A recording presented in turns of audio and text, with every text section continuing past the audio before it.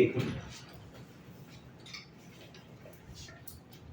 first point is orbit versus orbital. Now let us understand the difference between orbit and orbital. What is orbit and what is orbital? Orbit में कैसे बोलता हूँ मालूम है कि मान लो ये इलेक्ट्रॉन है and this electron revolve around the nucleus. This electron revolve around the nucleus in a circular path. That electron revolve around the nucleus in a circular path. That circular path is called orbit. That circular path is called orbit. तो अगर मुझे orbit को define करना होगा तो इसका definition कैसे दूंगा मैं? क्या लिखूंगा मैं बोलूं? क्या मैं ऐसा लिख सकता हूँ कि electron revolve around the nucleus. Electron revolve around the nucleus in a circular path. In a circular path called orbit. What do you say? Yes or no? क्या बोलते हैं? हाँ या ना? कि इलेक्ट्रॉन ना रिवॉल्व होता है किसके आसपास? न्यूक्लियस के आसपास. बराबर. कैसे मैनर में रिवॉल्व होता है? सर्कुलर पाथ में. उसी सर्कुलर पाथ को लोग क्या नाम देता है? Orbit. And what is orbital या ऑर्बिटल, व्हाटएवर यू से. Orbital is basically that region where the probability of finding electron is maximum. Where the probability of finding electron is maximum. Say for example, मैं क्या बोलता हूँ मालूम है? Consider this place. You say consider this premises. जो अपना पूरा premises है, बराबर. सारे क्लासरूम सब एडमिनिस्ट्रेशन स्टाफ का जो रूम है सब मिला के जो पूरा premises है. Is your class. बराबर. ये पूरा क्लासेस हो गया ना, अपना पूरा एकेडमी का प्रीमाइसेस हो गया. आपके मिलने के चांसेस किधर है? ये रूम में ना, बाकी सब में थोड़ी ना. सो मतलब पूरा रूम क्या हुआ मेरे लिए? Orbit. And this particular room is orbital, something like that. समझ रहे मेरा बात? ठीक है. ये वर्ड मैंने क्यों मेंशन किया मालूम है? क्योंकि इसका कोई ऐसा बाउंड्री नहीं है. ये मान लो अगर ऐसा है, ये दिख रहा है, ये ऐसा है,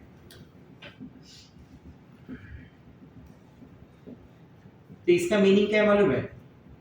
इसका मीनिंग ऐसा है कि यहाँ पे the probability of finding electron is maximum. The maximum number of dot represent that maximum probability. और जितना minimum number of dot है वो क्या represent कर रहा है? Minimum probability. Maximum number of dot क्या represent कर रहा है? Maximum probability. और minimum number of dot minimum probability.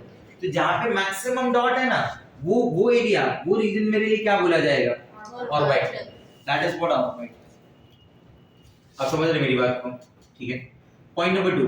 For orbital we say that maximum number of orbital present in a given shell is given by the formula n square, and the maximum number of electron present in shell is given by the formula 2n square. School में पढ़ा ही formula तुमने, आया ना? तुम ऐसा बोलते थे n is equal to 1, तो maximum number of electron is 2. Number of orbit is 2. Second shell तो 8, third shell 18, fourth shell. याद आ रहा है कुछ? तो उसका फॉर्मूला है. Point number 3. हम लोग यहाँ पे क्या बोलते हैं कि जो ऑर्बिट होते हैं ना, orbit, this orbits are circular in shape. ये ऑर्बिट कैसा माना जा रहा है? Circular in shape. Whereas the orbitals have different shape. Orbitals के बारे में अगर बात करेंगे ना, तो they have different shape. समझा मेरा बात? ठीक है. तो इससे एक पॉइंट तो समझ में आ गया होगा कि ऑर्बिट के अंदर ऑर्बिटल है या ऑर्बिटल के अंदर ऑर्बिट है?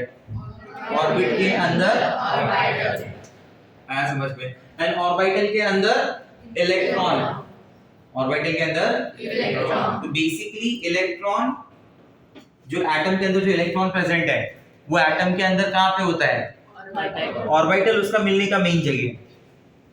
ऑर्बिटल उसका मिलने का मेन जगह, बराबर. where the probability of finding electron is maximum, greater than 95%.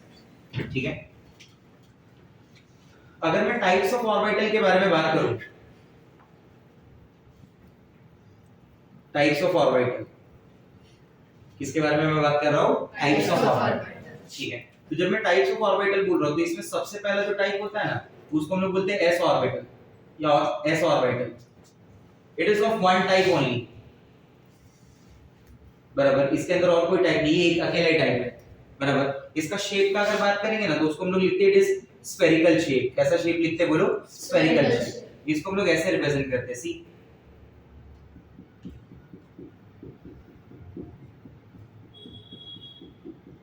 like this. This dot represents the probability of finding electron. ये कहीं पे भी मैं जो डॉट बना रहा हूँ ना, ये डॉट क्या रिप्रेजेंट कर रहे हैं? ये डॉट रिप्रेजेंट कर रहे हैं इलेक्ट्रॉन के मिलने का प्रोबेबिलिटी। ये डॉट क्या रिप्रेजेंट कर रहा है बोलो? इलेक्ट्रॉन के मिलने का, यस, इलेक्ट्रॉन के मिलने का प्रोबेबिलिटी। डोंट यू थिंक ये इलेक्ट्रॉन ऑलमोस्ट एक जैसा ही है यहाँ पे? ऐसा नहीं लग रहा कहीं पे कम है कहीं पे ज्यादा है? आप किसी भी डायरेक्शन में चले जाओ, इस पार्ट में किसी भी डायरेक्शन में चले जाओ, everywhere the probability of finding electron is same. Such kind of orbitals are called non-directional in nature. ऐसा टाइप के ऑर्बिटल को हम लोग क्या वर्ड यूज करते हैं मालूम है? कि such orbitals are non-directional in nature. Non-directional word का मतलब हो गया कि आपको किसी पर्टिकुलर डायरेक्शन का जरूरत नहीं है टू गेट इलेक्ट्रॉन्स। जिधर जाओ, जिस एंगल पे भी जाओ, यू विल गेट इलेक्ट्रॉन्स। तो इसमें किसी भी एंगल पे जाओ, यू विल गेट इलेक्ट्रॉन्स। आप समझ रहे मेरी बात को? So that is the reason what we say, you know, कि s ऑर्बिटल्स या s orbital is non directional in nature. इसको हम लोग क्या नाम लेते हैं? s orbital is non. नहीं समझा मेरा बात? क्लियर हो रहा है मेरा पॉइंट कि ऑर्बिटल कैसा होगा? नॉन डायरेक्शनल इन नेचर होगा। And don't be under impression that s orbital का s stands for spherical. ऐसा नहीं होता, ऐसा नहीं है। लोगों को लगता है कि that s orbital का s stands for spherical. No, it's not like that. That is related with the wave equation का ग्राफ। तो जब वो आएगा तब मैं आपको समझाऊंगा उसके बारे में, ठीक है? समझा मेरा बात जो मैंने यहाँ पे बोला? ठीक है, हम लोग यहाँ पे एक और बात मान के चलते हैं कि there is no nodal plane in this. In this orbital there is no nodal plane. हर एक ऑर्बिटल में एक ऐसा जगह होगा, एक ऐसा प्लेन होगा जिधर इलेक्ट्रॉन के मिलने का चांसेस जीरो होगा। क्लासरूम के अंदर इधर इलेक्ट्रॉन होगा, इधर इलेक्ट्रॉन होगा, इधर स्टूडेंट है, इधर स्टूडेंट है। What about this passage? What about this passage? इधर तो नहीं होगा ना। तो ये वही जगह होगा जहां पे इलेक्ट्रॉन के मिलने का प्रोबेबिलिटी जीरो होगा। That plane will be called as nodal plane. तो व्हाट इज नोडल प्लेन? मैंने बोला ना, here there is no nodal plane, here there is no nodal plane, here there is no nodal plane. Yes, तो nodal plane का मतलब क्या है? Nodal plane is basically plane where probability of finding electron is zero. Is a plane where probability of finding electron is zero. Is a plane where probability of finding electron is zero. ये वो plane होगा जहाँ पे electron की मिलने की probability क्या होगी? Zero. नहीं समझा मेरा बात? ये वो plane होगा जहाँ पे इलेक्ट्रॉन की मिलने की probability क्या होगी? Zero.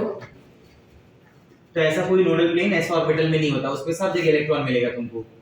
जैसे मैं बात करता हूँ p ऑर्बिटल, कौन सा ऑर्बिटल? p। तो p orbital is of further 3 types. p orbital is of further 3 types. How many types? 3 types. How many types? 3 types. अगर मैं बोलता हूँ कि जो p ऑर्बिटल है ये 3 टाइप्स है, बराबर? कितने टाइप में? 3 टाइप। इसका शेप का बात करेंगे ना तो इसका शेप हम लोग बोलते हैं dumbbell shape. What we call it? Dumbbell shape. ठीक है, और ये 3 टाइप जो होते हैं ना, ये 3 टाइप को हम लोग ऐसा लिखते हैं px, py एंड pz। कौन सा ऑर्बिटल? px, py, pz। मैं अगर बोलता हूँ कि मान लो ये हो गया अपना x एक्सिस और ये हो गया y एक्सिस, बराबर? if that orbital is along x axis, along इसलिए बोल रहा हूँ मैं because the angle is 0 degree, the angle with the axis is 0 degree। ठीक है, तो अगर मैं इस ऑर्बिटल को नाम देता हूं px, तो for px orbital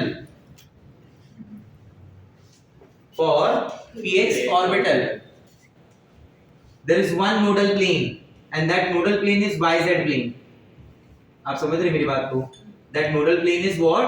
Y Z plane. अगर x के अलोंग इलेक्ट्रॉन्स होगा बराबर, तो y और z px ऑर्बिटल में y और z ऐसा प्लेन होगा जिसके पास कोई इलेक्ट्रॉन नहीं है। आप समझ रहे बात को? आप x y z तीनों एक्सिस समझ रहे हैं? मैं बोल रहा हूं this is x axis, y axis and z axis. Your orbital is along x axis. इधर आपकी ऑर्बिटल ऐसे है बराबर। तो ये जो yz प्लेन है मेरे पास, yz plane, which plane? yz plane. तो yz प्लेन के अलोंग कुछ भी इलेक्ट्रॉन रहने वाला नहीं है। तो ये जो ऑर्बिटल होती है इसमें देखो, इस पे अगर आप ध्यान से देखोगे तो यहाँ पे द इलेक्ट्रॉन डेंसिटी इज 0 बराबर। एक्चुअली ये डॉटेड लाइन होती है, बाउंड्री है एक टाइप की, ऐसे ऐसे वो ऐसे दिख रहा है, ऐसा कुछ एरिया है बराबर, ऐसा कुछ रीजन है जहाँ पे इलेक्ट्रॉन के मिलने की प्रोबेबिलिटी बन रही है। कहीं पे इलेक्ट्रॉन के मिलने की प्रोबेबिलिटी ज्यादा है, कहीं पे इलेक्ट्रॉन के मिलने की प्रोबेबिलिटी कम है, एक जगह ऐसा भी है जहाँ पे इलेक्ट्रॉन के मिलने की प्रोबेबिलिटी 0 है। That's why these are called directional. That's why these are called directional. Directional in nature. समझ रहे बात को? Earlier s orbital was non-directional. इसमें किधर भी जाओ इलेक्ट्रॉन डेंसिटी, इलेक्ट्रॉन की मिलने की प्रोबेबिलिटी क्या है? सेम।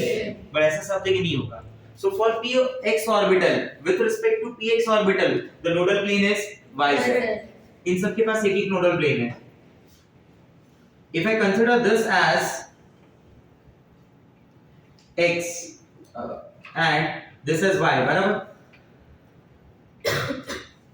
तो ये कौन सी ऑर्बिटल बोली जाएगी? This is an example of py orbital. This is an example of what? py बराबर। And the plane, this plane is what? Nodal plane. कौन सा नोडल प्लेन होगा बोलो? हां, x और z, यानी xz is the nodal plane.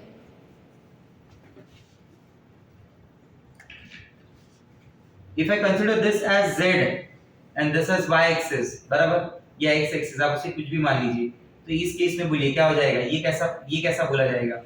बोलो, this is which orbital? pz orbital बराबर। and for pz orbital the nodal plane is xy plane. You got my point? मतलब there are total how many orbital in this? 3. There are 3 types of p orbital: px, py, pz बराबर। Theory में मैं इसको ऐसे represent करता हूँ, ये उसका प्रॉपर डायग्राम है और ये उसका रिप्रेजेंटेशन है, नोटेशन है। Orbital number 1, orbital number 2 and this is orbital number 3। आप समझ रहे मेरी बात को? ऐसा। If the maximum number of orbital in one shell is n square and the number of electron is 2n square, then what is the relation between the number of orbital and the number of electron? अगर मैं बोलता हूँ किसी एक shell में n square orbital होती है और उसके पास इलेक्ट्रॉन होते हैं 2n स्क्वायर, तो ऑर्बिटल और इलेक्ट्रॉन के बीच का क्या रिलेशन निकलता है कि एक ऑर्बिटल दो इलेक्ट्रॉन रख सकता है ना। तो क्या मैं ऐसा बोल सकता है each orbital can accommodate maximum 2 electrons बराबर। उन इलेक्ट्रॉन्स को भी मैं रिप्रेजेंट करके दिखा रहा हूं यहाँ पे। उन इलेक्ट्रॉन्स को मैं ऐसे रिप्रेजेंट करते, ये इलेक्ट्रॉन को रिप्रेजेंट करने का साइन है, ये एक इलेक्ट्रॉन रिप्रेजेंट हो रहा है बराबर। ये दूसरा हो गया, ये तीसरा हो गया, ये फोर्थ हो गया, ये फिफ्थ हो गया, ये सिक्स्थ हो गया। तो टोटल हर, अब एक ऑर्बिटल में आपने 2 रखा तो टोटल कितने इलेक्ट्रॉन हो गए? 6। समझ रहे हैं? अरे हाँ या ना? मैं बोलता हूं जैसे there is the third orbital is d orbital, the third orbital is d orbital is of 5 types.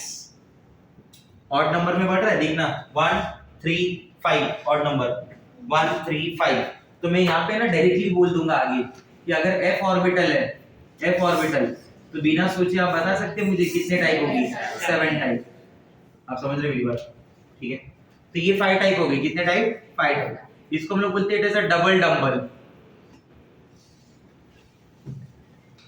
it is double dumbbell shape, it is double dumbbell shape, and these 5 types are like this: dxy, dyz, dxz, d x square minus y square, d x square minus z square, and d y square minus z square, d y square minus z square। ये 3 एक type मान लो, ये 3 एक type मान लो।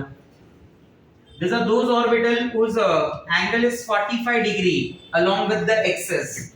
इनके पास जो angle मिलेगा वो कितना मिलेगा 45 डिग्री, और इधर जो एंगल मिलेगा वो मिलेगा 0 डिग्री। तो देखो मैं आपको कुछ रिप्रेजेंटेशन बताता हूँ। If you consider this as x axis and this as y axis, अगर आप इसको x मान रहे हो उसको y मान रहे हो बराबर, तो आपका 45 डिग्री वाला ऐसा होगा। कुछ समझा आपको? Here the angle with the axis is 45 degree. Identify the orbital. ये ऑर्बिटल का नाम क्या हो जाएगा? x और y है इसके पास, इसलिए इसको बोला गया dxy बराबर। Find out the number of nodal plane. Now here the nodal plane will be 2. यहाँ पे कितने nodal plane आ जाएंगे? 2।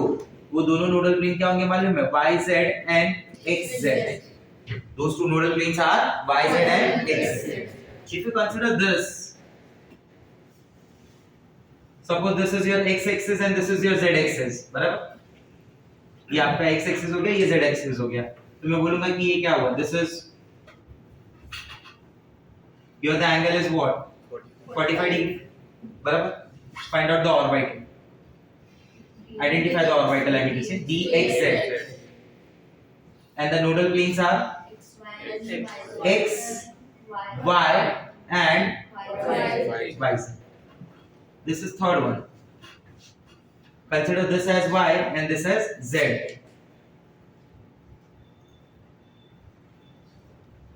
Here again the angle is 45 degree. Tell orbital क्या हो जाएगा बोल? D, y, z. And the nodal planes are x, y, and xz. And the nodal planes are x, y, and xz. X, y, and xz. Let's talk about this dx square minus y square. This is x axis and this is y axis. This is x axis and this is y axis. अब देखिए x और y के लिए ये x ऐसे होगा। Now realize the angle is 0 degree. बराबर, ये हो गया आपका d x square minus y square, where the two nodal planes are d x square minus z square and d y square minus z square. These are the two nodal planes in this. These are the two nodal planes. Whereas the last one, the fifth one, is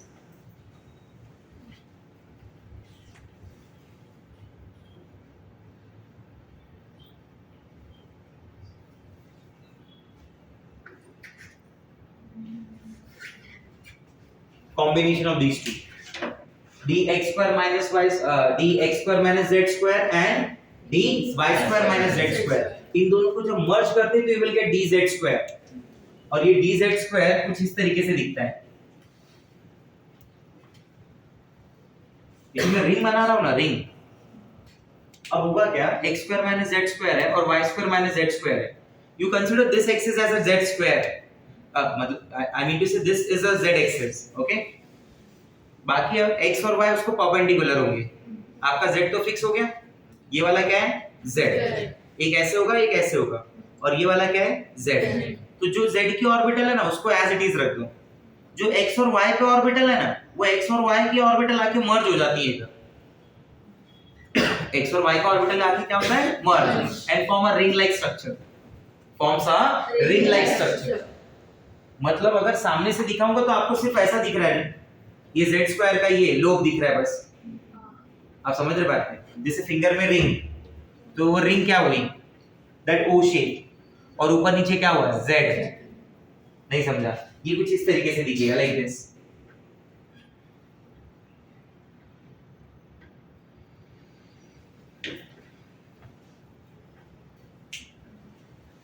clear हो रहा है मेरा बात?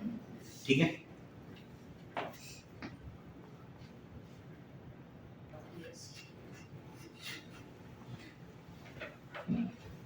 So this is your dz square, बराबर। f orbital में total there are 7 types. How many types? 7 types, बराबर। And they form leaf-like structure. They form leaf-like structure. Number 5. अगर मैं बात करता हूँ g orbital के बारे में, see g orbital का existence नहीं है अभी तक। अभी तक g orbital है नहीं, मिला नहीं है। But in future in future if it is possible, if it is defined, तो वो ऑर्बिटल कौन सा बोला जाएगा? जी। कौन सा ऑर्बिटल? जी। In future if G orbital is defined, आगे चल के अगर जी ऑर्बिटल को डिफाइन किया गया तो अपन क्या बोलेंगे मालूम है? जी ऑर्बिटल कितने टाइप मिलेंगे? 9 टाइप। कितना टाइप मिलेगा? 9 टाइप। समझ आ रहा है बात? ठीक है। अब F के बाद G आता है, इसलिए वो G अल्फाबेट यूज कर लिया। उस समय क्या नाम देंगे, किस हिसाब से होगा वो अलग बात है, बट अभी के लिए बोल दिया है कि in future if it is defined then that would be orbital G। आया समझ? ठीक है, देख लो एक बार नोट्स में। Quantum number, the next part is quantum number, the most important part. मतलब ऑलमोस्ट हर साल क्वांटम नंबर से एंट्रेंस में क्वेश्चन आता ही है। ठीक है, ऑलमोस्ट हर साल, शायद ही बीच में कभी 2-3 सालों में एक आध बार गैप आ जाए, अदरवाइज क्वांटम नंबर क्वेश्चन देता ही देता है। ठीक है, तो try to understand this. Quantum number में बेसिकली क्या समझने वाले मैं आपको बताता हूं। Quantum number is the set of numbers. Quantum number is basically the set of numbers, is a set of 4 numbers, 4 type के नंबर का सेट है, which describes the exact location of any electron, which describes the exact location of any electron, जो किसी electron की एक exact location को describe करता है, जो किसी इलेक्ट्रॉन की एक एग्जैक्ट लोकेशन को डिस्क्राइब करता है, उस सेट को उस नंबर के सेट को हम लोग बुलाते हैं quantum number. Let me give you few examples. इसे समझने के लिए ना मैं आपको कुछ एग्जांपल्स बताता हूं, आपको काफी डिटेल में इस बात को मतलब समझ जाएंगे। मान लो मैं एक स्टूडेंट को ढूंढ रहा हूं, ठीक है, और मुझे सिर्फ इतना पता है कि वो स्टूडेंट बिलोंग करता है, जैसे मान लीजिए मैं एक स्कूल बोल देता हूं, टीआरपीएस स्कूल। स्कूल का नाम क्या है? टीआरपीएस, शॉर्ट फॉर्म है TRPS. Okay, school name is TRPS. Now,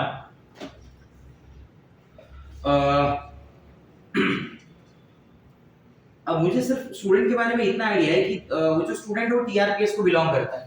ठीक है, क्या लगता है आपको, मैं स्टूडेंट को ढूंढ लूंगा? अरे स्कूल में तो कई सारे स्टूडेंट होंगे ना सर, आप कैसे अकेले ढूंढ पाएंगे? बोलो हाँ या ना। ठीक है, मैंने एक और हिंट दिया, मुझे एक और इंफॉर्मेशन पता चल गया, one more information, that student जो जिसका मैं बात कर रहा हूं ना, he or she belongs to 10th standard class. अब क्या लगता है, ढूंढ लिया? हाँ, क्यों? ऐसा थोड़ी 10 में एक ही स्टूडेंट रहेगा, हमारे इधर तो एक क्लास में 50 तो रहते ही है। यस और नो? नहीं, यस, मिनिमम 50। वो तो क्लासरूम छोटा पड़ जाए वरना 100 बिठा लेंगे। हाँ है ना? एक और इंफॉर्मेशन मालूम पड़ गया, 10th standard division A, what you से? अब तो पता चल गया, एकदम मिल गया वो स्टूडेंट। क्यों?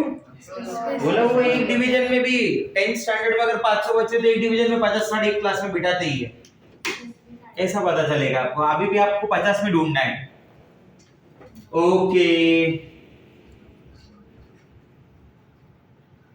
his or her roll number is 26। क्या बोलते हैं? yes। अगर ये 4 इंफॉर्मेशन मैंने आपको बता दिया तो आप उस स्टूडेंट को जाके ढूंढ सकते हैं। यस और नो? यस। शायद यही 4 बातें आईडी कार्ड के ऊपर भी मेंशन की होती है, आइडेंटिफिकेशन कार्ड जो है। बोलो हाँ या ना, से समथिंग, यस और नो? यस। पक्का समझ रहे हैं? तो जैसे ये 4 इंफॉर्मेशन से आप एक स्टूडेंट के लोकेशन को एग्जैक्टली ढूंढ सकते हो, वैसे ही 4 इंफॉर्मेशन उधर भी मिलेगा to describe the location of any electron. और वो जो 4 पॉइंट्स मिलेंगे ना, उन पॉइंट्स को, उन सेट को मैं बोलूंगा, उन नंबर्स के सेट को मैं बोलूंगा क्वांटम नंबर। क्या बोलूंगा मैं? Quantum number. जैसे मैंने ऐसा बोला, ये सारी बातें इलेक्ट्रॉन्स के लिए हो रही है, बोलो हाँ या ना। इलेक्ट्रॉन किसके अंदर प्रेजेंट है? एटम के अंदर। एटम के अंदर क्या मिलेगा? ऑर्बिट। ऑर्बिट के अंदर क्या मिलेगा? सबशेल। सबशेल के अंदर क्या मिलेगा? ऑर्बिटल। ऑर्बिटल के अंदर क्या मिलेगा? इलेक्ट्रॉन। और उसमें भी हर एक ऑर्बिटल में दो इलेक्ट्रॉन। उसको भी आइडेंटिफाई करने के लिए उस इलेक्ट्रॉन का क्या जानना जरूरी है? स्पिन। तो जब इन चारों का नंबर पता चल जाएगा तो मैं बोलूंगा कि मुझे क्या मिल गया? Exact location of electron. समझा? तो with the help of these four numbers we can describe the exact location of any electron. अगर किसी ने आपसे पूछा कि सपोज एक नंबर कम कर दिया ऊपर नीचे या बीच में कहीं से, तो क्या आप उसकी एग्जैक्ट लोकेशन को बता सकते हैं? Answer is no. आप इधर खुद देख लो, अगर रोल नंबर नहीं है तो बताया जा सकता है? अरे बोलो हाँ या ना। नहीं बता सकते ना स्टूडेंट्स। आप समझ रहे मेरी बात को? तो ये चार पॉइंट्स को डिस्क्राइब करने के लिए orbit, subshell, orbital, spin, we have four different types of number and those numbers are quantum numbers. वो सब नंबर्स क्या बुलाए जाते हैं? Quantum number. यस। तो let's start with first quantum number. सबसे पहला क्वांटम नंबर जो है मेरे पास, उसका नाम है प्रिंसिपल क्वांटम नंबर। सबसे पहला जो उसका क्या नाम है बोलो? Principal quantum number. This principal quantum number is represented by n.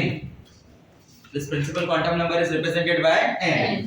It gives you idea about the number of shell. ये आपको ना शेल के बारे में बताता है, ये आपको ऑर्बिट के बारे में समझाता है, ये आपको इलेक्ट्रॉन के एनर्जी लेवल के बारे में बताता है। You remember first energy level, ground state, first energy level, ground state, first shell, first orbit. Second energy level, first excited state, second orbit, second shell. Third energy level, second excited state, third orbit, third shell. ऐसा था ना वो?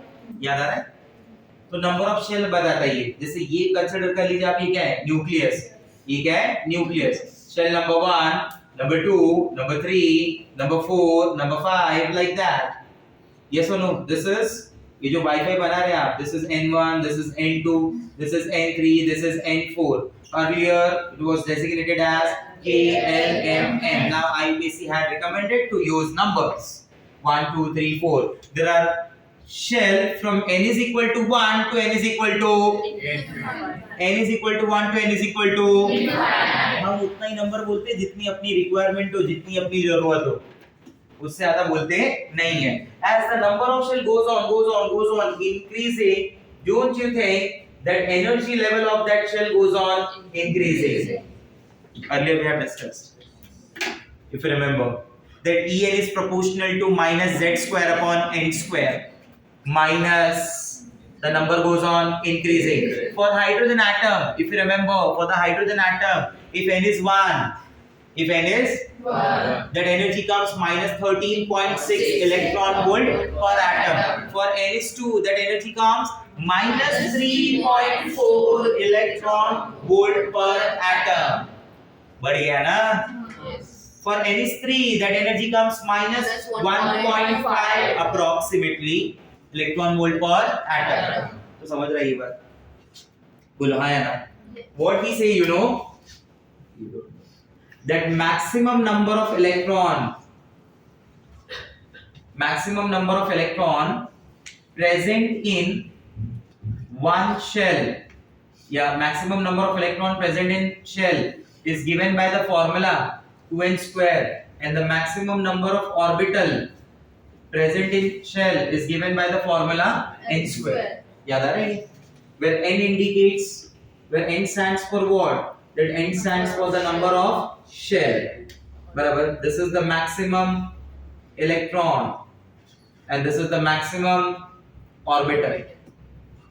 उसके लिए जितनी orbital की requirement होगी, समझ रहे हैं आप मेरी बात? If I consider that number of shell is 1, if I consider that number of shell is 1, अगर मैं ऐसा मान के चलता हूँ कि number of shell कितना है, बोलिए 1, क्या मैं ऐसे लिख सकता हूँ? If number of shell is 1, then the maximum electron is 2, and in that case the maximum orbital is 1. You got my point? If number of shell is 2, so in that case maximum electron is 8, and the maximum orbital is perfect. अगर मैं बोलता हूँ कि number of shell 3 है, तो maximum electron क्या होगा? 8, और orbital कितनी होगी? 9. Perfect. अगर मैं बोलता हूँ number of shell 4 है, बराबर, तो मैक्सिमम इलेक्ट्रॉन कितना होगा? 32. And maximum orbital 16. आ रहा है समझ में बात? Yes. So don't you think each orbital accommodate maximum 2 electron? किसी भी एक ऑर्बिटल के अंदर 2 इलेक्ट्रॉन का से ज्यादा आना पॉसिबल नहीं है, क्योंकि ऑर्बिटल के अंदर ही तो इलेक्ट्रॉन रहता है। नहीं समझा? अरे हाँ है ना, Yes. ऑर्बिटल के अंदर ही तो कौन रहता है? इलेक्ट्रॉन। समझ गए मेरी बात को? Next point from principal quantum number. Electron revolve only in those orbit according to Bohr's postulates where the energy level मतलब in those energy level where the angular momentum is integral multiple of h upon 2 pi. अगर आप कहीं पे लिखते हैं n की value 1 तो उस केस में एंगुलर मोमेंटम होता है h upon 2 pi. अगर आप कहीं पे लिखते हैं n की वैल्यू 2 तो it is h upon pi. अगर आप कहीं पे लिखते हैं n की वैल्यू 3 तो it is h upon 1.5 h upon pi. नहीं समझा? Second quantum number. That second quantum number is called azimuthal quantum number. The first quantum number was explained and given by Bohr. The first quantum number was explained and given by Bohr. The second one was given by Sommerfeld. The second is azimuthal quantum number, which is represented by L. It gives you idea about the subshell. Subshells are present in orbit. बराबर? तो जैसे मैं subshell के बारे में जब बोलता हूँ तो मैं ऐसा बोल रहा हूँ कि सबशेल ना डिसाइड होता है वैल्यू ऑफ L से। वैल्यू ऑफ L अगर आपको कहीं पे ऐसा लिखा हुआ मिला, learn this, if the value of L is 0, अगर मैं बोलता हूँ कि L के लिए वैल्यू क्या आ रहा है? 0, सॉल्व करके कैसे भी कहीं से भी मुझे पता चल रहा है कि L की वैल्यू क्या है? 0। तो दैट L का value 0 is for S subshell. I repeat that L का value is 0 for S subshell. L का value is 0 for S subshell. L का value 1 for P subshell and L का value is 2 for D subshell और L का value is 3 for F subshell. बराबर? That value of N decides the value of L. That value of N, it decides the value of L. It decides the value of L. जो n का value है ना वो L की value को क्या करेगा? डिसाइड करेगा। कैसे? समझाता हूँ आपको। अगर मैं बोलता हूँ कि n की वैल्यू 1 है, अच्छा मैं फॉर्मूला बता देता हूँ पहले कि इसका फॉर्मूला ऐसे लिखना है, L का value is 0 to n minus 1. क्या लिखोगे? 0 to n minus 1. अगर मैं बोलता हूँ कि मान लो n का वैल्यू 1 है, so in that case L का वैल्यू is 0. सही है ना? अगर मैं बोलता हूँ n की वैल्यू क्या है? 1. देखो n का वैल्यू 1 आया तो आप L का वैल्यू क्या मानोगे? 0. 1 मतलब क्या? फर्स्ट शेल और 0 मतलब S सबशेल। तो बेसिकली क्या हो गया? 1S। 1S को रीड कैसे करेंगे? S subshell of the first shell. What it is? S subshell of the first shell. Like that. N का value is 2. N का value is 2. In that case, it is 0 to 2 minus 1. That is 1. 0 to 0 to 1. तो उस case में L की value 0 आएगी और L की value 1 आएगी। बराबर? अगर L का वैल्यू 0 है, N का वैल्यू 2 है तो उसे क्या लिखोगे? 2S। अगर n का वैल्यू 2 है और L का वैल्यू 1 है तो उसे क्या लिखोगे? 2p। कुछ समझ आ रहा है? 2s को बोलोगे कैसे? S subshell of the second shell. 2p. P subshell of the second shell. Perfect. Very nice. You got my point. Say something. Yes or no? Yes. Yes, sir. If I write the value of n is 3. If I write the value of n is 3, then what are the values of L? 0 to 2. म्हणजे L का 0, L1, L2. तो ये हो गया 3S 3D। बराबर? 3D को बोल के बताओ। D subshell. It is D subshell of the third shell. If I write n का value is 4, so don't you think L comes 0, L comes 1, L comes 2? Welcome.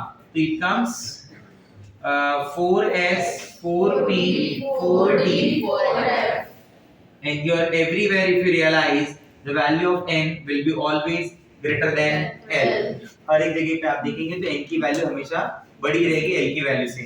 तो पूछेगा कि अगर l का वैल्यू 3 है तो सॉरी अगर n का वैल्यू 3 है तो l की कौन सी वैल्यू पॉसिबल नहीं है? ऑप्शंस आर गिवन 0 1 2 3 3 नहीं पॉसिबल है। उसकी n की वैल्यू अगर 3 है तो l का वैल्यू 0 1 2 मिलेगा बट 3 नहीं मिलेगा। नहीं समझा? बिकॉज़ मैंने क्लियर लिख के दिया ना कि n is always greater than l।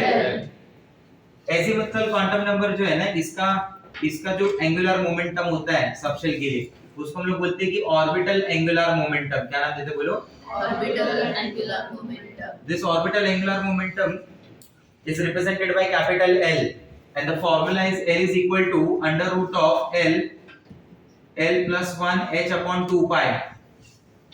L is equal to under root of L plus 1 h upon 2 pi. Example जैसे मैं बोलता हूँ 2s, क्या बोलता हूँ? 2s. तो 2s में n तो 2 है ना, आपको वैल्यू किसकी चाहिए? L. तो s के लिए l की वैल्यू क्या होती है? 0 बराबर। अगर ये l की वैल्यू 0 है तो ये ओवरऑल क्या हो गया? मतलब कोई भी s सबशेल हो उसका ऑर्बिटल एंगुलर मोमेंटम हमेशा 0 ही होता है। अरे नहीं समझा? ये तो डायरेक्ट लर्न कर सकते हो, बाय हार्ट कर सकते हो जरूरत पड़ी तो। आप बोलते हो 2p, क्या बोलते हो? 2p. तो उस केस में l की वैल्यू क्या आएगी? 1 1 मतलब क्या? 1 plus 1 2. 2 into 1 2.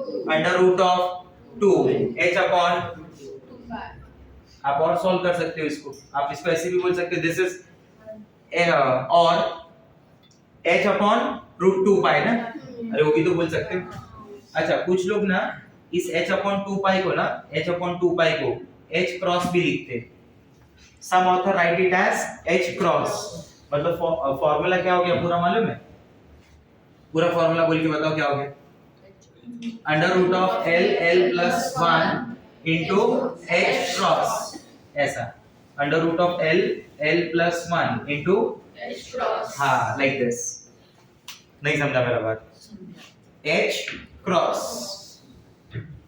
ये समझ में आया? l अगर 1 होगा तो under root of 2 h upon 2 pi। अगर मैं बोलता हूँ कि 3d है, क्या है बोलो? 3D. तो 3d में l की वैल्यू क्या होगी? 2 होगी। 3d में l की वैल्यू क्या होगी? 2। तो 2 का मतलब कैसे हो गया मालूम है? देखिए 2 का मतलब क्या होगा? बोलो 2 का मतलब क्या हो गया? 2 plus 1 3 3 into 2 6. Under root of 6. 6 under root of 6 h upon 2 pi। अगर आप बोलते हो कि इट इज 4f तो f के लिए l का वैल्यू क्या आ गया? 4 4 का मतलब क्या हो गया? 4 plus 1 5 into 4 20. Under root of 20 h upon 2 pi. आप सॉल्व करके भी लिख सकते हो उसको। हाँ है ना? Maximum number of electron in given subshell is given by the formula 2l plus 1 is given by the formula 2l plus 1। अगर मैं बोलता हूँ l की वैल्यू 0 है, l की वैल्यू 0 है मतलब कौन सी सबशेल की बात कर रहा हूँ मैं? s subshell. अब उसके अंदर देखो मैक्सिमम कितने इलेक्ट्रॉन आ सकते हैं? 0 0 plus 1 1 into 2 कितने इलेक्ट्रॉन आ गए? 2। अगर मैं बोलता है l की वैल्यू 1 है मतलब कौन सी सबशेल की बात हो रही है? उसमें कितना आ सकता है? 6। ये मैंने पहले भी समझा दिया तुमको डायग्राम के अंदर भी। l का वैल्यू अगर 2 होगा तो क्या आएगा? d subshell. उसमें कितने इलेक्ट्रॉन आ सकते हैं? 10। समझा कैसे? 2 into 2 4 4 1 5 5 into 2 10। अगर मैं बोलता है l की वैल्यू 3 है तो क्या होगा? f subshell. बोलो हाँ है ना? 3 into 2 6 6 plus 1 7 into 2 नहीं समझा? This is the maximum number of electron in given subshell। तो अगर मैं आपको पूछूं S subshell can accommodate maximum how many electron? Answer is 2। P subshell can accommodate 6. P orbital can accommodate 2। Orbital each orbital can accommodate 2। Orbital मतलब that single, subshell मतलब that पूरा। नहीं समझा? अरे नहीं समझा? Maximum number of orbital present in given subshell is given by the formula 2l plus 1 is given by the formula 2l plus 1. s subshell के अंदर एक ऑर्बिटल होती है, p subshell के अंदर 3, d subshell के अंदर 5 और f के अंदर 7. इसके पहले वही डिस्कस किया था ना हम लोगों ने टाइप्स ऑफ ऑर्बिटल में भी. ठीक है. The next is the third one, magnetic quantum number. Magnetic quantum number की values को represent करते हैं m से. These values are represented by m and it give you idea about the orientation of orbital. It give you idea about the orientation of orbital. ये orientation of orbital के बारे में बताता है. And that value of m, it depends on the value of m. ये ना m की value on the value of L, sorry, the value of L it depends on the value of L. वापस बोलता हूँ मैंने शायद गलत बोल दिया. The value of M it depends on the value of L. Formula कुछ ऐसा है, M is equal to minus L to 0 to plus L. क्या फॉर्मूला बोलिए? minus L to 0 to plus L. वापस बोलिए. Minus L to 0 to plus L. वापस बोलिए. Minus L to 0 to plus L. बराबर. अब मैं ऐसे देखता हूँ, मान लीजिए मैं अगर ऐसा बोलता हूँ कि L का वैल्यू 0 है तो उसके M की क्या-क्या वैल्यूज पॉसिबल है? तो M की सिर्फ एक ही वैल्यू पॉसिबल है, 0. अब इसको समझ, ये वैल्यूज को समझना कैसे? L का value 0 means with subshell S. M का जितना वैल्यूज आएगा मतलब उतना ऑर्बिटल होता है.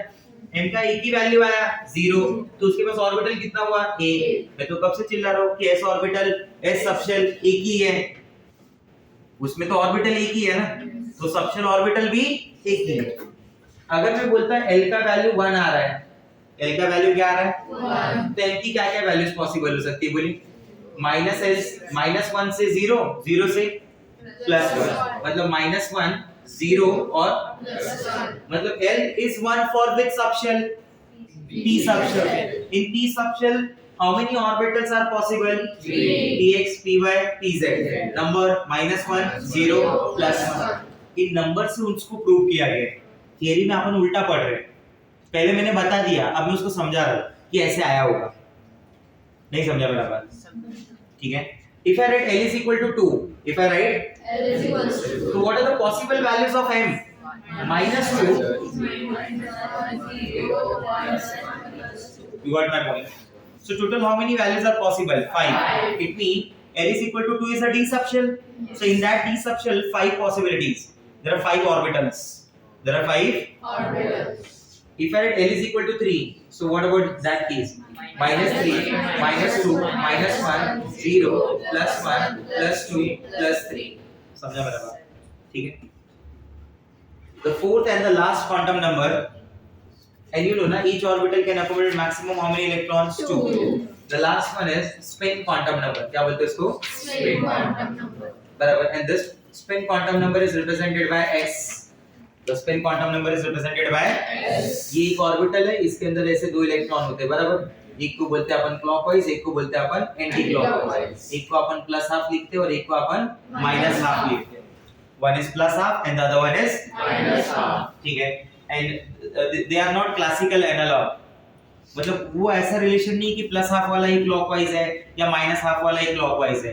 That +½ may be clockwise or anti-clockwise, या फिर clockwise जो घूम रहा है it can be +½ और -½. ऐसा कुछ भी होने की पॉसिबिलिटी है. आया समझ में? तो ये 4 क्वांटम नंबर के अगर बारे में पता है मुझे, मान लो अगर मैं कहीं पे ऐसा बोलता हूँ n is 2, L is 1, बराबर, m is -1, s is +½, तो मैं उस इलेक्ट्रॉन की एग्जैक्ट लोकेशन को स्पेसिफाई कर रहा हूँ कि that electron belongs to second shell of which subshell? मतलब p सबशेल. L is 1 ना, L is 1 for which subshell? उस p सबशेल में 3 ऑर्बिटल होती हैं, -1, 0, +1. तो उसमें -1 वाले को बिलोंग करता है. उस -1 में अगर 2 इलेक्ट्रॉन है तो वो कौन सा वाला है? +½ वाला. नहीं समझा मेरा बात? ठीक है. तो इसके आगे का डिस्कशन अपन नेक्स्ट क्लास में करेंगे. ओके.